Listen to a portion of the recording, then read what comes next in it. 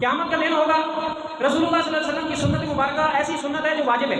یہ سنت اس کو اس لیے کہتے ہیں کہ سنت سے ثابت ہے. یہاں پر سنت سے مراد دو جو بڑے ماخذ ہیں شریعت کے، قرآن اور سنت، وہ مراد ہے. یہ مراد نہیں ہے کہ جو ہم نے سنت سے مراد لی ہوئی ہے کہ کر لو تو ثواب ہے، نہ کرو تو گناہ کوئی نہیں، وہ مصاب ہے، اس کا شرعی نام فقہی نام مصاب ہے. اس کو سنت داڑھی کو اس لیے کہتے ہیں کہ یہ سنت سے ثابت ہے، رسول اللہ صلی اللہ علیہ وسلم کے دائمی عمل سے ثابت ہے. یہاں پر ہمیں یہ بھی سمجھ لینا چاہیے کہ سنت ہوتی کیا ہے.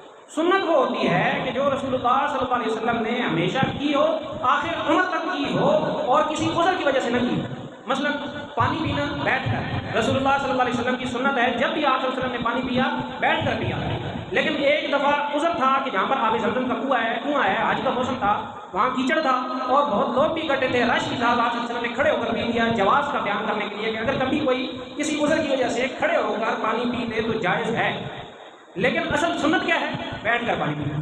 اسی طرح ہمیشہ آپ صلی اللہ علیہ وسلم کی بھی اس پر حدیثیں مبارکہ ہیں کہ کھڑے ہو کر پیشاب کرنے والے کے لیے سخت وعید ہے کہ جہنم، جو قبر کا عذاب ہوتا ہے زیادہ تر وہ اس پیشاب کے چھینٹوں کی وجہ سے ہوتا ہے جو کھڑے ہو کر پیشاب کرتے ہیں، کیوں کھڑے ہو کر پیشاب کرنے کی وجہ سے چھینٹے زیادہ گرتے ہیں. تو آپ صلی اللہ علیہ وسلم کی سنت ہمیشہ کا عمل ہے وہ کیا ہے؟ بیٹھ کر پیشاب. لیکن ایک حدیث مبارکہ میں آتا ہے کہ اللہ رسول اللہ صلی اللہ علیہ وسلم صبح تک قوم میں، آپ صلی اللہ علیہ وسلم قوم کے کوڑے کے ڈھیر پر آئے اور پیشاب مبارک کیا کھڑے ہو گئے، مطلب پھر اس کے بعد وضو کیا. تو آپ صلی اللہ علیہ وسلم نے کھڑے ہو کر ایک دفعہ پیشاب کیا، اس کی وجہ محدثین نے لکھی ہے کہ عذر تھا. آپ صلی اللہ علیہ وسلم کے گھٹنوں میں تکلیف تھی یا وہاں پر بیٹھنے کی ایسی جگہ نہیں تھی جس کے بعد کپڑے پاک رہ جاتے ہیں، اونچائی پر جگہ ہوگی. تو یہ آپ صلی اللہ علیہ وسلم نے آپ کوئی کہے کہ نہیں، اور یہی فرق ہے حدیث میں اور سنت میں. یہی فرق ہے حدیث میں اور سنت میں. رسول اللہ صلی اللہ علیہ وسلم کی ہمیشہ کی عادت کیا ہے؟ نماز پڑھتے ہیں خشوع و خضوع سے پڑھتے ہیں، کندھے پر بچے کو بٹھا کر نہیں پڑھتے. ایک دفعہ رسول اللہ صلی اللہ علیہ وسلم نے اپنی نواسی حضرت زینب کی بیٹی حضرت امامہ رضی اللہ تعالیٰ عنہا، یہ کیا ہے نام ہے تو پتہ نہیں ہوتا، حضرت زینب حضور صلی اللہ علیہ وسلم کی بیٹی ہیں، ان کی بیٹی حضرت امامہ، ان کو کندھے پر بٹھا کر نماز پڑھی صرف ایک مرتبہ. اب اس کو ہم سنت نہیں کہیں. سنت ہمیشہ وہ عمل ہوگا جو رسول اللہ صلی اللہ علیہ وسلم نے دوام کے ساتھ کیا، اور حدیث میں وہ بات بھی آ جائے گی جو کبھی کبھار ایک دفعہ بھی کی اگر وہ بھی حدیث ہے. لیکن سنت تو دین کے جو ماخذ ہے وہ سنت ہے. تو داڑھی مبارک جو ہے یہ رسول اللہ صلی اللہ علیہ وسلم کی سنت سے ثابت ہے. آپ صلی اللہ علیہ وسلم نے ساری زندگی میں ایک مرتبہ بھی داڑھی نہیں کٹائی.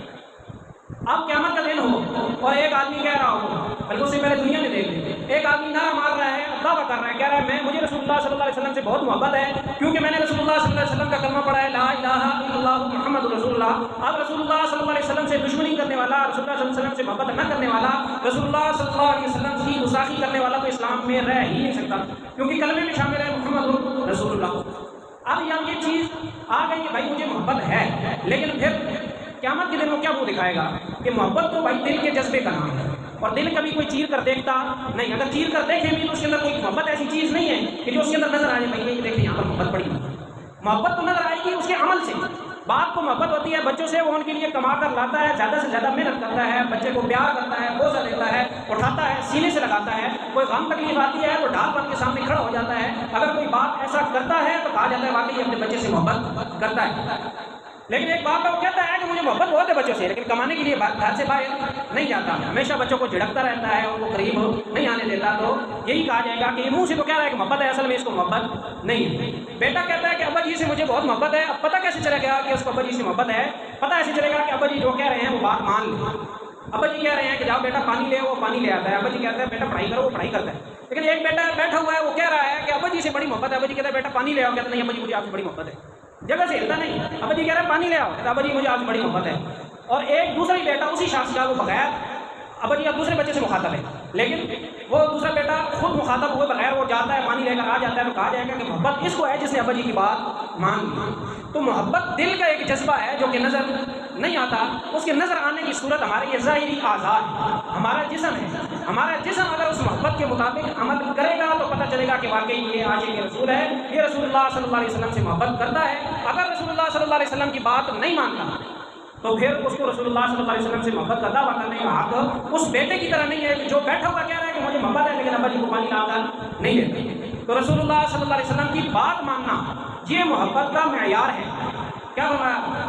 قرآن مجید کی آیت اس بات کو بتا رہی ہے. تو جو شخص جو بندہ میرے سمیت یہ دعویٰ کر رہا ہے کہ اس کو رسول اللہ صلی اللہ علیہ وسلم سے محبت ہے، اس کو چاہیے کہ آج سے وہ یہ ارادہ کر لے کہ میں نے رسول اللہ صلی اللہ علیہ وسلم کے تمام احکامات پر عمل کرنا ہے. رسول اللہ صلی اللہ علیہ وسلم کی کسی سنت کو چھوڑنا نہیں ہے۔ رسول اللہ صلی اللہ علیہ وسلم جو کام کر کے گئے ہیں اور جو جماعت چھوڑ کر گئے ہیں اس جماعت کی بات بھی ہم نے ماننی ہے۔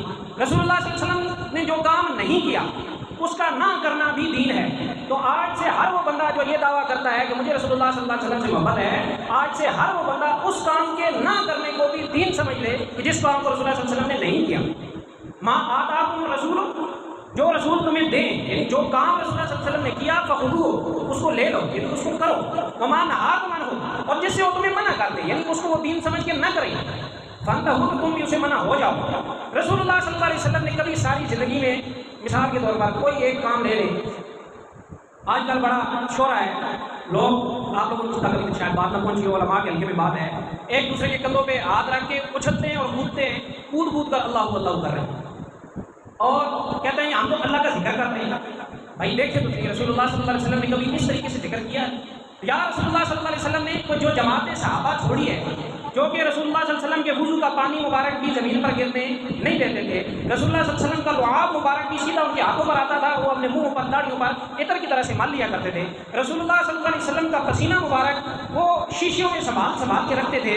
رسول اللہ صلی اللہ علیہ وسلم کو جدر سے گزرتے ہوئے اگر کہیں پر کوئی درخت تھا اور انہوں نے اپنا جو ہے وہ سار مبارک نیچے کر کے جھک کر گزرے تو وہ صحابی وہاں سے گزر رہے ہیں، اب وہاں پر وہ درخت نہیں ہے لیکن وہ سنت کو تازہ کرنے کے لیے اپنا سار نیچے کر کے گزر رہے ہیں۔ جہاں جہاں رسول اللہ صلی اللہ علیہ وسلم نے قدم رکھے ہیں وہاں پر صحابہ قدم رکھ کے چل رہے ہیں۔ وہ جماعت جو رسول اللہ صلی اللہ علیہ وسلم نے چھوڑی، جب اس نے کوئی کام کیا تو وہ بھی دین بن گیا، جب اس نے کسی کام کو نہیں کیا تو اس کام کو نہ کرنا بھی دین بن گیا۔ قرآن مجید میں کیا ہے؟ قل ان کنتم تحبون اللہ، اے نبی کہہ دیجئے کہ اگر تم اللہ سے محبت کرتے ہو تو نسخہ، تو اس کا شارٹ کٹ آسان طریقہ فاتبعونی، میری اتباع کرو۔ اب لفظ اتباع سمجھ لیں، اتباع لفظ نکلا یہاں سے ہے کہ ایک آدمی چل رہا ہے، اور آج تک ہم چونکہ پکی زمینوں پر سڑکوں پر چلتے ہیں ہمیں سمجھ نہیں ہے، کچی زمین پر جب بندہ چلتا ہے تو اس کے قدم کا نشان بن جاتا ہے۔ اب اگر پیچھے آنے والا بندہ اس کے قدم کے نشان کے اوپر اپنا قدم رکھے گا تو اس کو کہتے ہیں اتباع۔ رسول اللہ صلی اللہ علیہ وسلم کے پیچھے ایسے چل رہے ہیں تو فاتبعونی، اس کا کیا پھر نتیجہ ہوگا؟ یحببکم اللہ، اللہ تعالیٰ تم سے محبت کرے گا۔ تم تو اللہ سے محبت کرتے ہو تو اس کا نتیجہ یہ نہیں ہوگا کہ صرف نعرہ مار دو اور بات کر دو، دعویٰ کر دو کہ مجھے بڑی محبت ہے۔ صرف محبت کرنے سے نہیں چلے گا، بلکہ کیا کرنا پڑے گا؟ اتباع کرنی پڑے گی۔ ایک آخری بات کہ رسول اللہ صلی اللہ علیہ وسلم کو اللہ تبارک و تعالیٰ نے بہت زیادہ جمال اور حسن اور خوبصورتی دی، لیکن وہ خوبصورتی ہم اپنا نہیں سکتے، جسمانی خوبصورتی۔ آپ صلی اللہ علیہ وسلم کے بال مبارک کی طرح بال ہمارے اللہ نے دے دیے، وہ اللہ کی مرضی۔ آپ صلی اللہ علیہ وسلم کے ہاتھ مبارک جو گوشت سے پر تھے، پاؤں مبارک جو گوشت سے پر تھے، اللہ نے دے دیے۔ ہم اپنی مرضی سے وہ چیز حاصل نہیں کر سکتے جو جسمانی خوبصورتی ہے، لیکن ایک خوبصورتی اور تھی، وہ ہے اخلاق کی خوبصورتی، اس کو ہم اپنا سکتے ہیں۔ ہمیں چاہیے کہ ہم رسول اللہ صلی اللہ علیہ وسلم کے اخلاق کی خوبصورتی کا اتباع کریں تاکہ ہمیں اللہ بھی مل جائے اور اللہ کا رسول بھی۔ اللہ تبارک و تعالیٰ